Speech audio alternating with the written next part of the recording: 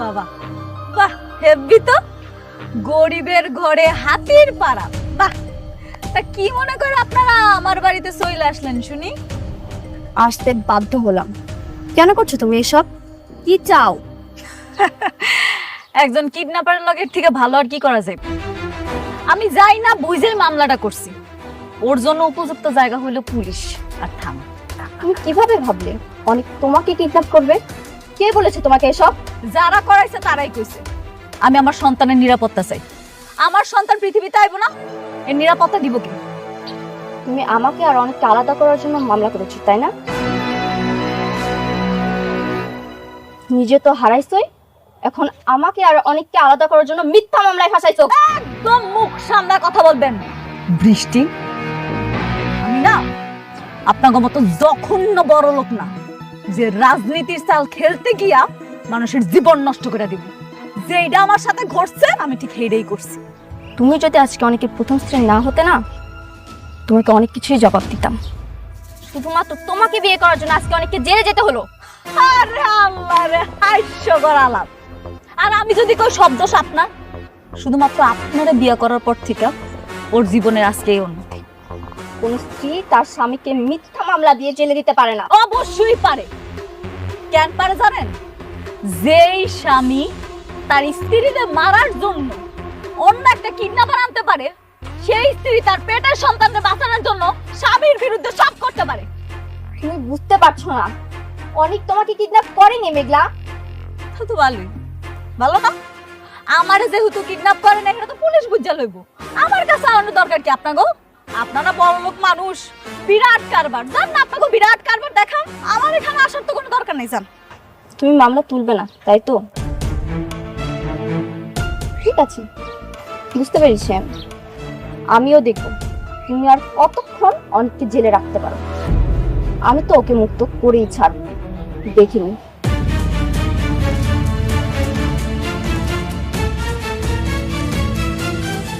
চলো স্যার।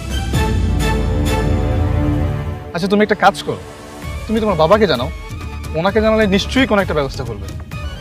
তুমি ঠিকই বলেছো, বাবাকে জানাতে হবে।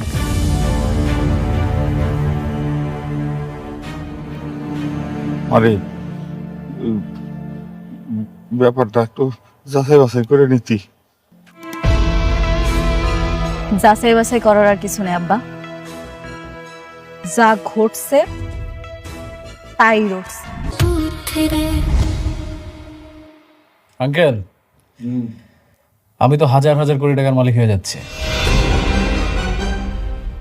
কি বলো?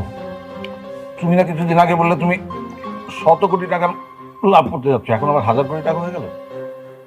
একটা কথা কি জানেন আঙ্কেল, পথ যতই কঠিন হোক, যদি গন্তব্য ঠিক থাকে না, তাহলে সফলতা অবশ্যই আসে।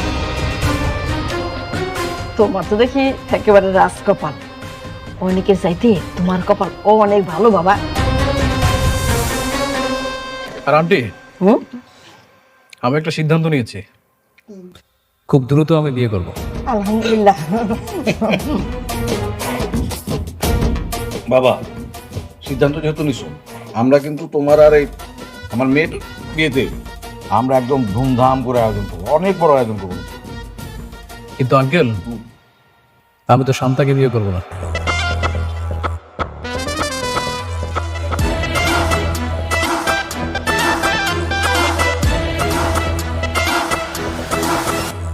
আমি বিয়ে করবো মেঘলাকে, অনেকের স্ত্রী মেঘলা। কি বলছো এসব? আমাকে রেখে ওই বস্তির মেয়েকে বিয়ে করতে যাবে? কাকে বস্তির মেয়ে বলো? মেঘলা হাজার হাজার কোটি টাকার মালিক। তারপর তুমি অনেকের পরে কেন বিয়ে করবে? মানে তোমার সঙ্গে তো কথা ছিল যে তোমার সঙ্গে শান্তার বিয়ে হবে। আমার কপালটাই পোড়া, যাকে বিয়ে করতে চাই সে ওই বস্তির মেঘলাকে বিয়ে করতে চায়। আঙ্কেল, অনেকরে তো শত্রু বানায় জেলে পাঠাই দিচ্ছে, আর এই মুহূর্তে মেঘলাও একা। তোকে যদি আমি বিয়ে করতে পারি তাহলে হাজার হাজার কোটি টাকার মালিক হয়ে যাব। কিন্তু বাবা, সব সম্পত্তি পাওয়ার পরে তুমি কি আমার মেয়ের বিয়ে করবা? অবশ্যই করবো। সম্পত্তি পাওয়ার পর বস্তির মেয়ে বস্তিতে। দেখো রাতুল, আমার ভাতিজারে কিন্তু খুব সাবধানে হ্যান্ডেল করো। যে কখন কি করে ফেলবে তার কিন্তু ঠিক নেই। আপনি এটা নিয়ে টেনশন করবেন না, আপনার ভাতিজা আমার কিচ্ছু করতে হবে না। এখন আপনি খোঁজ নিয়ে দেখেন, ওকে পুলিশ এই মুহূর্তে ধরে হয়তো হাড় হাড্ডি ভেঙে দিয়েছে। আপনি খান, রিল্যাক্স।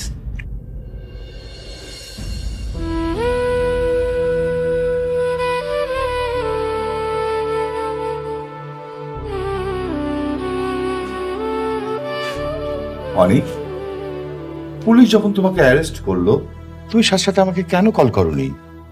পুলিশ তোমাকে মেরে আহত করলো, আমি যদি জানতে পারতাম তোমার এই অবস্থা কোনো মতেই আমি করতে দিতাম না। বাবা, সব কিছু হঠাৎ করে এমনভাবে হয়ে গেল, আমি কিছুই বুঝতে পারিনি। যাকে আমি বাঁচানোর জন্য ছুটে গেলাম, সে আমার নামে মামলা দিয়েছে, সে আমাকে পুলিশের কাছে ধরিয়ে দিয়েছে। অনেক, তোমাকে নিয়ে আমি আর পারছি না।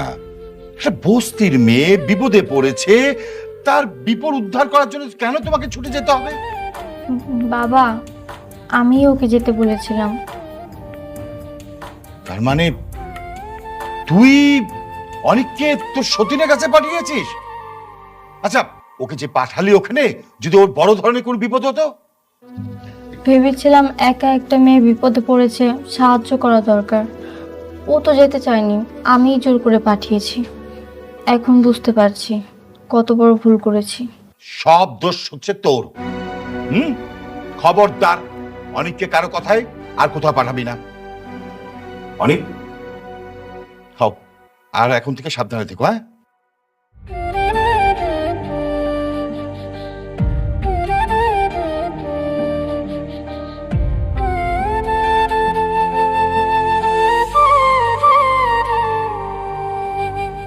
শুন মা, এই থানা পুলিশ মামলা এইসব আমাদের জন্য না মা। এগুলি করলে শত্রুতা বাড়ে। আমরা গরিব মানুষ, শত্রুতা বাড়ায় লাভ কি? হরে মা, তোর আব্বাই ঠিকই কইছে, আমরা গরিব আছি, ভালোই আছি। এই কোটিপতি পোলার লগে তোর বিয়া হইয়া এই যে আমাগো বিপদ শুরু হইল, আল্লাহ জানে এই বিপদ থেকে আমরা কবে উদ্ধার হবো। আমি এখন কি করুম তোমরাই কও? কেউ যদি আমার পায়ের পা দিয়ে ঝগড়া করতে আয়ে, আমি কেমনে এমনি ছেড়ে দিব? আমি কিচ্ছু করুম না। না রে মা, আমার মনে হয় না ও তোর কোনো ক্ষতি করবে। যদি আমার কোনো ক্ষতি না করে তাহলে তো ভালোই। আব্বা, আম্মা, আমি তো আমার ভালোটা বুঝি না, এখন থেকে তোমরা যেটা কইবা হেরে দিব। মারে, আমি কই কি, এই তুই এক কাজ কর, ওই অনেকের নামে যে মামলাটা করছস ওইটা তুই তুইলে নে। আর শত হইলো তো তোর পেটের বাচ্চার বাপ। হরে মা, সেইটাই ভালো হইব।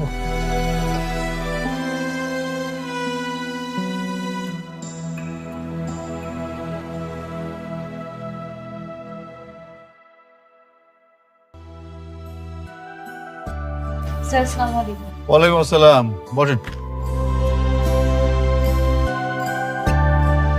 জি বলেন। স্যার, আমি মামলাটা তুলে নিতে চাই, আপনারা ওনারে ছাইড়া দেন। ওনারা তো গত রাতে ছেড়ে দেওয়া হয়েছে, মানে উনি জামিন নিয়ে চলে গেছেন। কি উনি চলে গেছে? হ্যাঁ, চলে গেছেন। আপনি যদি মামলা তুলে নিতে চান তাহলে তো খুব ভালোই হয়, কেস ফাইলটা ক্লোজ করে দেওয়া যাবে। মানে আপনারা কি ওনারা মারছেন? মানে হয়েছে কি, আসামির মুখ থেকে স্বীকারোক্তি আদায় করতে গেলে একটু একটু ব্যবস্থা নিতেই হয়। এটা আসলে সত্য ও ন্যায়ের জন্যই করা হয়। খুব বেশি মারছেন? না, খুব বেশি না, অল্পই।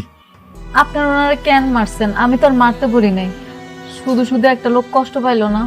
আপনি বলেন নাই ঠিক আছে, কিন্তু ওই যে আপনার সাথে যিনি আসছিলেন রাতুল সাহেব, উনি তো যাওয়ার সময় ইশারায় আমারে দেখাই দিয়ে গেলেন যেন একটা উত্তম মাধ্যম দিই। এই জন্যই তো গায়ে হাত তুলতে হইল। কাজটা আপনারা মোটেও ঠিক করেন। আজও বুঝছো জাহিদ, এদের নিয়ে আর পারি না। কখন যে কি বলে তার কোনো ঠিক নাই। এদের কথা মতো কাজ করলেও বিপদ, না করলেও বিপদ।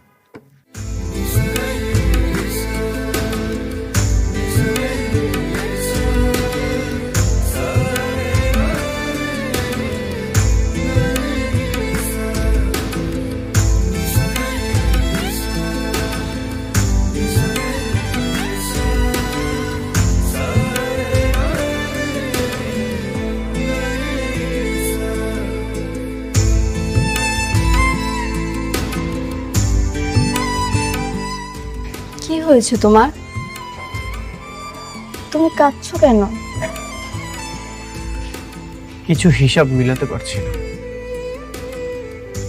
যখন মানুষ বিপদে পড়ে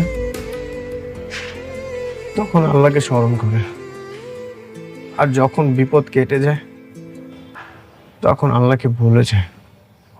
মানুষ এমন কেন? তুমি এসব ভেবে কান্না করছো? একটা মানুষ এতটা অকৃতজ্ঞ হয় কিভাবে? মেঘলার কথা বলছো? হ্যাঁ, আমি মেঘলার কথাই বলছি।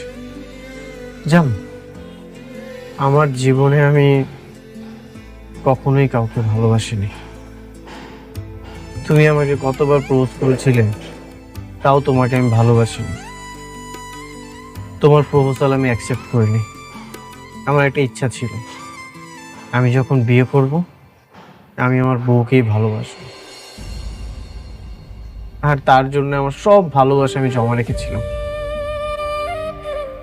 যার সুখের জন্য, যার ভালো থাকার জন্য আমি এত কিছু করলাম, সে এইগুলার এই প্রতিদান দিল।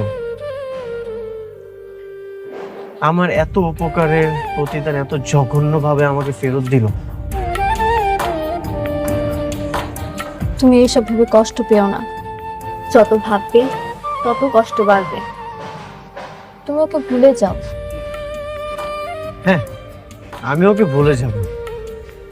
আমি ওর কথা ভেবে কেনই বা কষ্ট পাবো? তুমি আমার পাশে আছো না? তুমি থাকলে আমার আর কাউকে প্রয়োজন নেই। আমি সারাটা জীবন তোমার সাথে থাকবো।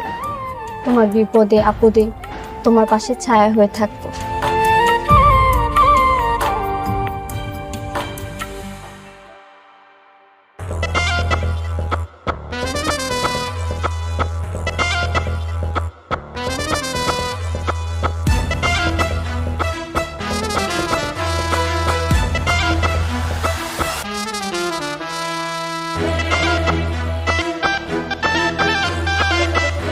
আন্টি, আঙ্কেল, এই যে দেখেন বাজার থেকে আপনাদের জন্য টাটকা টাটকা মাছ আর সবজি নিয়ে আসছি। ভাবি, আসসালামু আলাইকুম। কেমন আছেন? আপনার শরীরটা ভালো আছে তো? আপনি আপনি এখানে কেন আইছেন? এই যে আপনার জন্য বাজার নিয়ে আসছি ভাবি। এই যে দেখেন আয়রন ও পুষ্টিযুক্ত খাবার নিয়ে আসছি আপনার জন্য। এখন তো আপনার অনেক ভালো ভালো খাবার খাওয়া দরকার। আন্টি নেন, রাখেন। আরে রাখেন, এইটা রান্না করেন, অনেক মজা আছে, সেই স্বাদ কিন্তু। একদম টাটকা মাছ, টাটকা সবজি। জানেন ভাবি, আমি না কালকে সারা রাত ঘুমাইতে পারিনি। পুরো ছটফট ছটফট করতে করতে আমার রাতটা চলে গেছে। কালকে একটা কি বিপদ না গেল আপনার উপর দিয়ে। আমার না কি মনে হয় জানেন ভাবি, মাঝে মাঝে মনে হয় যে সব কিছু ছাইরা দিই, ছাইরা দিয়ে আসে আপনার বডিগার্ড হয়ে থাকি। আমার কোনো বডিগার্ড লাগবে না। কি বলেন ভাবি? আপনার বডিগার্ড না লাগুক, কিন্তু একটা দায়িত্ববান লোক তো আপনার পাশে থাকা দরকার। এই যে দেখেন আপনার বাবা অসুস্থ, আপনি নিজে মা হতে চলছেন, আপনার চারপাশে শুধু বিপদ আর বিপদ। এই মুহূর্তে আপনার একটা দায়িত্ববান লোক থাকা খুবই জরুরি দরকার। এই জন্য আমি বলতেছি আপনার আমি দায়িত্ব নিতে চাই। না, আমার লাগবে না তো, আমার কারো লাগবে না। আমি কাউরে বিশ্বাস করতে পারি না, আপনি বুঝেন না? এই যে ভাবি, আপনি একজন বেইমানি করছে, তার কথা এখন আমাদের সবাইরে দোষারোপ করতেছে। শুনেন, উনি হচ্ছে একটা সব থেকে বড় বেইমান। এই জন্যই তো আমি অনিকের সাথে বেইমানি করছি। অনিক এখন আপনারও শত্রু, আমারও শত্রু। আপনিও যে কেমন মানুষ এটা আমি খুব ভালো করে জানি। জানেন না ভাবি, এটা জানতে হলে জানার একটা মন থাকা দরকার। শুনেন, আমি খুবই একটা ভালো মানুষ, আর আমি সবসময় আপনার ভালো চাই। এই জন্য তো আপনার দায়িত্ব নিতে চাই। অনিকের মতো বেইমানি আমি আপনার সাথে করবো না। আপনি জান, ভালোই ভালোই সুন্দর করে কইতেছি, আপনি কি সুন্দর করে চলে যান।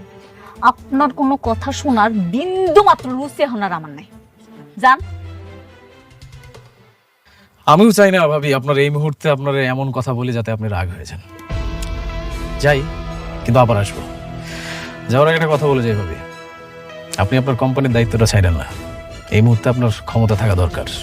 না, দরকার নেই, আমার কোনো ক্ষমতার দরকার নেই। কেন দরকার নেই জানেন? আপনাকে মতন আমি লুবি না, আমি একাই অনেক ভালো আছি, আমার কোটি টাকার প্রয়োজন নাই। ভাবি আপনি ভালো মানুষ, কিন্তু অনেক কিন্তু একটা বেঈমান। ও কখন কোথায় কি চাল চালবে আপনি কিন্তু নিজেও কল্পনা করতে পারেন। আপনি কি যাইবেন এখান থেকে? যান কইতাছি। ভাবি এইটা প্রতিবাদ করতে গেলেও আপনার কিন্তু ক্ষমতার দরকার আছে, এই কথাটা আমার মনে রাখেন। থাকেন, আসি। এদিকে আন। আম্মা, ওনার এই জিনিসপত্র এটি দিয়া দাও।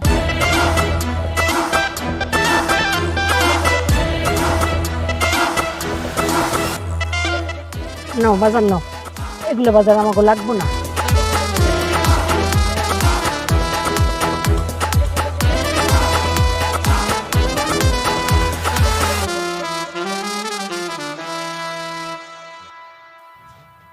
মারে, আমার মনে হয় পোলাটা একটা কথা কিন্তু ঠিকই কইছে, তুই কোম্পানিটা ছাড়িস না।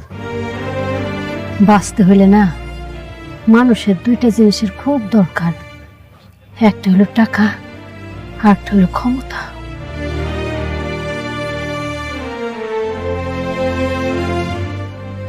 তোমরা ঠিকই কইছো, আমার আরো শক্ত হইতে হইব। এখন থেকে তোমরা যা কইবা আমি তাই করু। আমি অফিসে যাবো।